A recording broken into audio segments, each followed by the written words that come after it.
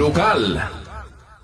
Gapu iti gagarda ang makatulong iti kaadwan, ket inyo namanen, ti Team Cat Scout Riders, iti Barangay 22 San Guillermo sa Nicolas Ilocos Norte, iti outreach program, wano panang titulong iti kabarangayan da. Ti kabarangayan da, ket may sabulsek ken may sinang bibiyag, iti pagtayangan da, ani Miss Evelyn Badwa, dito nga ni kanda ti groceries, akas iti itlog, noodles, delata, agas mag-maintenance ti high blood, bagas kenda dumapay. Kami nang ito para kada kayo, ura isang kabasit lang dati nga pa nagkata pa.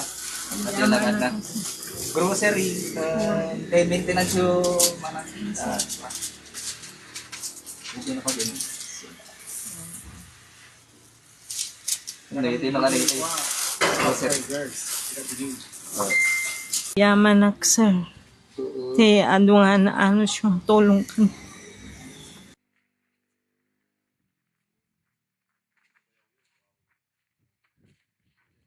Kabayatan na inalok ko ni Mr. Leo Badwa dagiti mga amang titulong kan Mrs. Evelyn ken may nagiti daytoy ket nagyaman ni Mr. Badwa kanagiti kakadwa ti FM PRIN Incorporated PNP San Nicolas Advocacy Group ken dagiti amin amang mga titulong kanagiti agkasapulan. Cooperation ken ti disiplina ti pinagkakadwa tapno ti kasta napimpintas pa iti masagbayan ti grupo.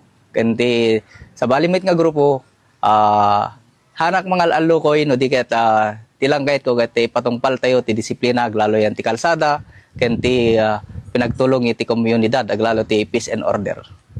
Para iti IFM News, Idol Lawrence Martinez, Tatak IFM.